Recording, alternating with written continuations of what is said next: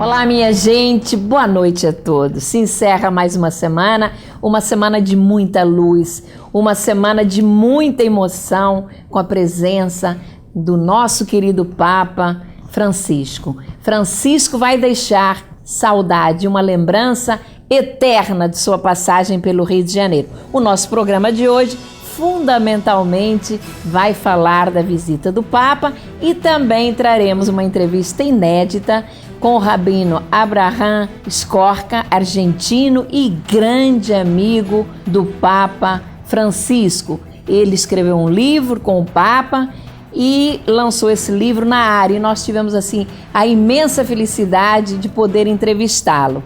Mas como não poderia deixar de ser, sempre presentes em nosso programa para comentar os assuntos, o nosso deputado Gerson Berger e o amigo jornalista Pedro do Couto. É um prazer, Gerson e Pedro, tê-los novamente no programa, e como não poderia deixar de ser, boa parte do nosso programa de hoje será dedicada à visita do Papa Francisco ao Rio de Janeiro. Há muito não vivíamos momentos de tanta emoção, tanto calor humano e tanta energia positiva em nosso município. Um amor que transborda das palavras, dos gestos, do olhar terno de Francisco, nos convencem que ainda é possível acreditar nos homens. E este nome ele recebeu especialmente por seu passado religioso como arcebispo de Buenos Aires. Ao se deslocar do aeroporto Tom Jobim, no Rio de Janeiro, para a Catedral Metropolitana, o Papa Francisco fez questão de baixar os vidros do modesto veículo que o levaria aos braços do povo. Uma demonstração de autoconfiança, da certeza da proteção divina e do desejo, especialmente, de abraçar a todos. O exemplo mais concreto, Pedro e Gerson, e vocês acompanharam como eu, aconteceu na Avenida Presidente Vargas, quando numa falha grave da segurança, mudaram seu trajeto e seu carro parou no engarrafamento, sendo totalmente cercado pelo povo, que queria acariciá-lo, receber suas bênçãos, tocar suas vestes. Francisco manteve o vidro do carro arriado, com o olhar sereno e tranquilo, ao contrário da sua segurança, que alvoroçada, vendo a burrada imposta por quem comandava o serviço desta segurança, do Papa, chegou a deixar o carro do pontífice, que ficou cercado apenas pelo povo. Falha gravíssima, que demonstra que também, em matéria de segurança, não temos capacidade para sediar grandes eventos. O pior é que na hora em que o circo pegou fogo, veio a transferência de responsabilidades, como sempre acontece. A prefeitura dizia que a culpa era da Polícia Federal, a Polícia Federal dizia que era da prefeitura, terminando toda essa história com a jocosa e infeliz brincadeira do prefeito Eduardo Paes, ao dizer que o Papa é um criador de engarrafamentos. E aí, Gerson, que frase infeliz e irresponsável a do prefeito, não acha? Tereza, não apenas irresponsável e infeliz, mas acima de tudo revela imaturidade, descompromisso. Isso é muito comum. O prefeito Eduardo Paes agride alguém, depois pede desculpa, realiza eventos sem planejamento, depois pede desculpa, instala o caos no transporte público, deixando peregrinos e a população sem ônibus de madrugada, e lá vem desculpas. Até quando o senhor vai continuar pedindo desculpas depois que a casa foi arrombada? O que você precisa é planejar, realizar as coisas organizadamente para que o povo não tenha que sofrer. Mas, Tereza, quero expressar o impacto que me causou o Papa Francisco desde o primeiro instante em que começou pela descida das escadas do avião, num único fôlego, Que fôlego! Quanta energia! Já ali acho que desejoso de estar imediatamente em contato conosco, com o povo. No primeiro dia assisti a todos os detalhes, transmitidos pela TV, e parte deles você já relatou. Teve um deles que me tocou profundamente. Seu desfile pelas ruas do centro da cidade no Papamóvel, aberto, sem nenhum tipo de blindagem.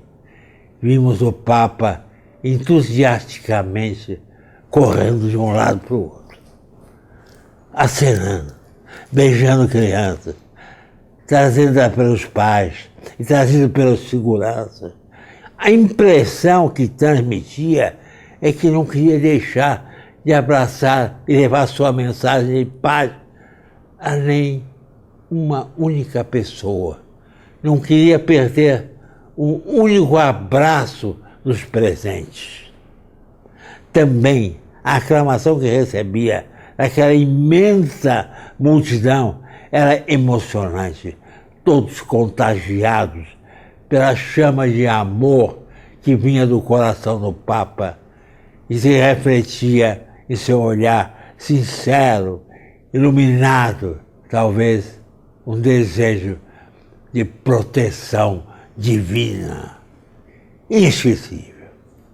Maravilhoso. Tenha certeza, Papa Francisco, que sua passagem pelo Rio de Janeiro ficará para sempre no coração de todos os cariocas e brasileiros, e também daqueles que aqui vieram para vê-lo. A única palavra que eu posso dizer, e diz tudo, parabéns. Bela imagem esta, Gerson, bela imagem, Tereza. A chama de amor que vem do coração do Papa e o seu desejo de ir ao encontro da multidão e abraçar um a um, se isso possível fosse. Uma mensagem de compromisso com o ser humano, com o humanismo, de compromisso com o futuro e com aqueles que vierem depois de nós.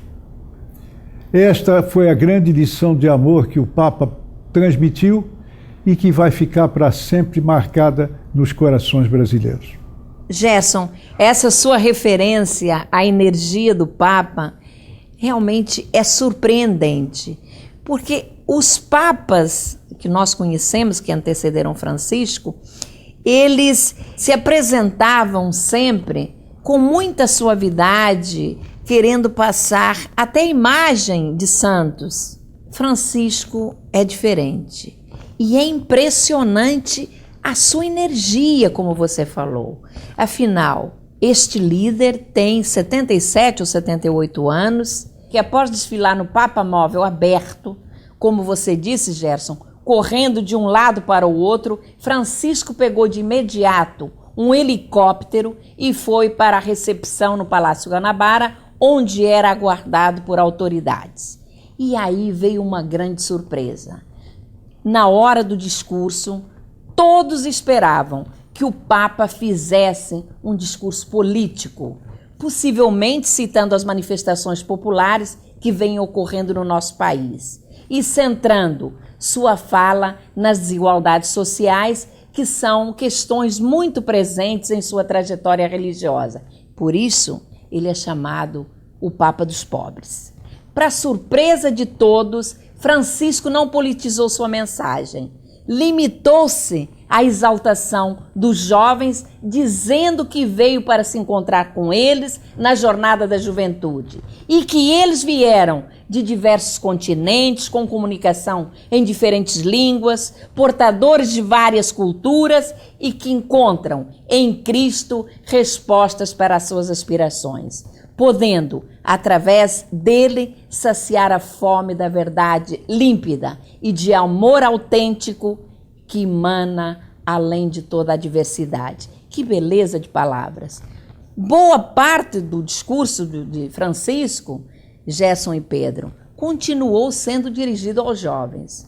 proferindo marcantes e belíssimas frases. E uma delas eu guardei, quando ele diz: Cristo bota fé nos jovens e confia-lhes o futuro de sua própria casa. Depois completou: também os jovens botam fé em Cristo. Como disse no início da minha fala, o discurso do Papa Francisco foi de proselitismo religioso e de agradecimento pela acolhida. Bem diferente do discurso da presidente Dilma, que, ao contrário, aproveitou a ocasião para fazer discurso político, totalmente fora de hora, diga-se de passagem. Centrou-se unicamente nos altos elogios aos 10 anos do governo do PT. Eu realmente me decepcionei muito com este discurso da presidente Dilma e gostaria que você, Gerson e Pedro, colocassem também a sua opinião. Tereza, mesmo contrariando a expectativa de alguns que esperavam um discurso político, o Papa agradou pelo seu discurso curto de 15 minutos, no tom certo e com muita profundidade. Preste atenção nesta frase. A juventude é a janela pela qual o futuro entra no mundo e por isso nos impõe grandes desafios, acrescentando, o que significa garantir-lhes segurança e educação para que se tornem aquilo que eles podem ser, além de transmitir valores duradouros pelos quais a vida merece ser vivida. O Papa foi feliz e disse o que o momento pedia.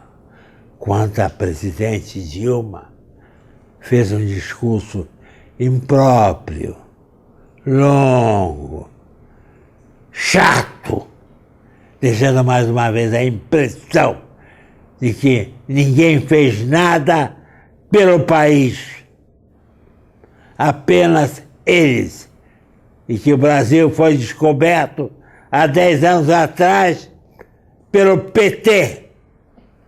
Que coragem!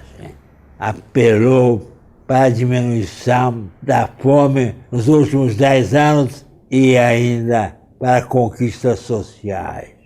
Talvez, em função de tanta conquista, como ela diz, os nossos jovens estejam nas ruas protestando e chamando por tanta coisa que precisa ser corrigida.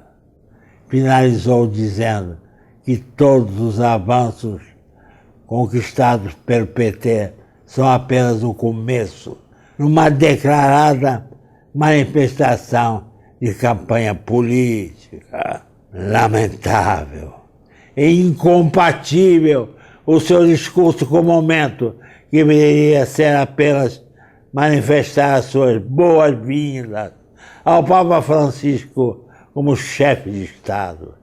Talvez por essa razão, entediado, o presidente do Supremo Tribunal Federal, Joaquim Barbosa, tenha cumprimentado o Papa e se retirado batido sem se dirigir à presidente Dilma.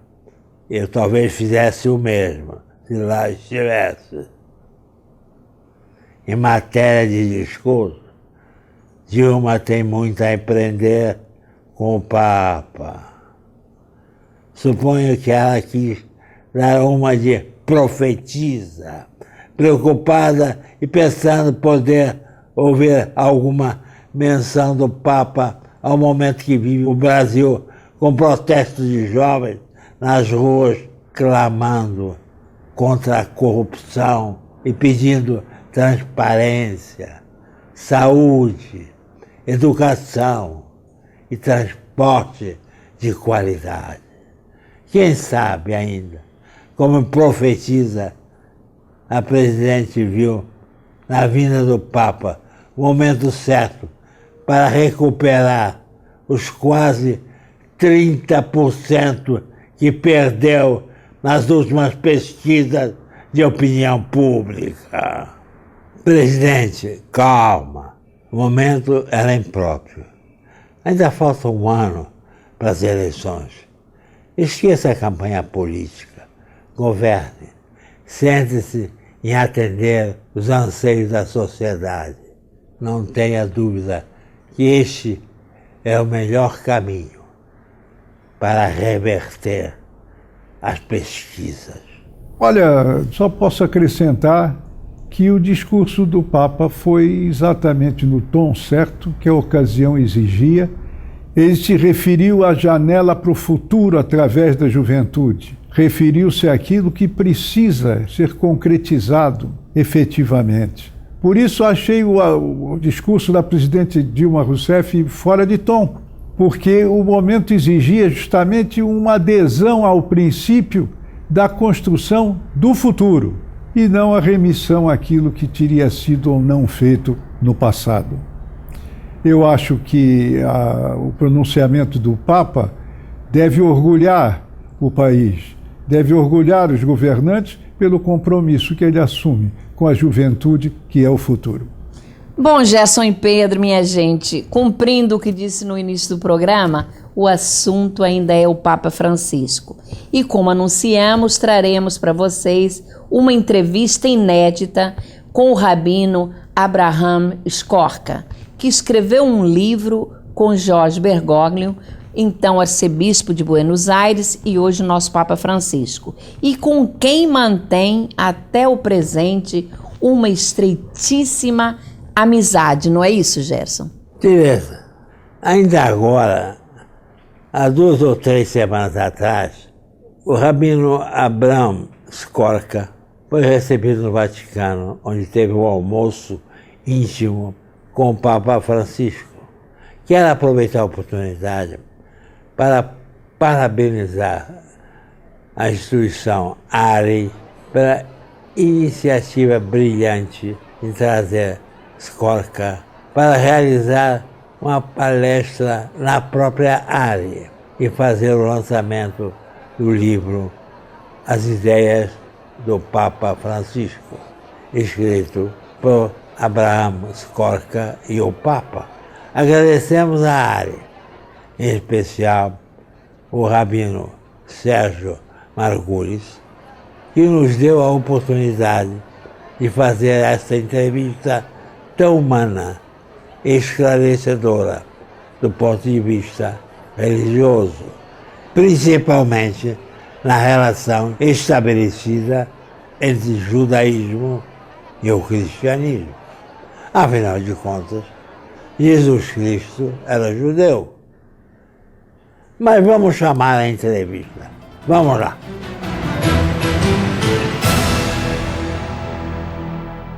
Uma honra, um prazer muito grande poder falar consigo.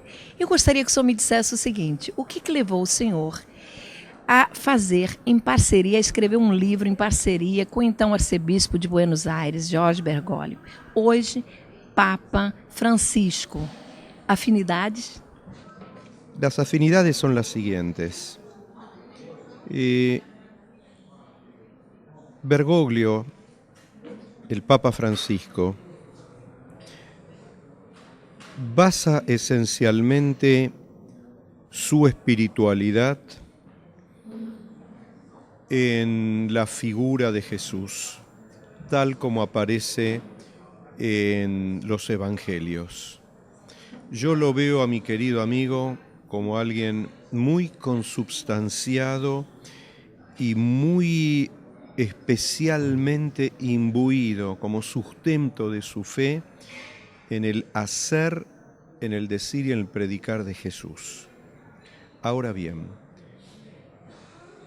Jesús, tal como aparece en el Evangelio, es una figura que para poder entenderla hay que remitirse a los profetas de Israel. Si no, es imposible entender qué es lo que está diciendo Jesús. Y al hablar de los profetas de Israel, estamos hablando de algo que influyó profundamente en mi propia religiosidad. Cuando nosotros decimos que para honrar a Dios, primero y antes que nada hay que honrar al hombre, estamos repitiendo las palabras de los profetas. Muito bem, Rabino. No que é que o Papa Francisco, que nós já percebemos que é um homem, um religioso, um líder de um carisma incrível, no que é que ele pode fazer a diferença no seu papado em relação aos seus antecessores, aqueles que vieram antes dele, vivendo hoje a humanidade num mundo tão conturbado, inclusive num conflito muito grande de religiões? Yo creo que sí puede hacer la diferencia.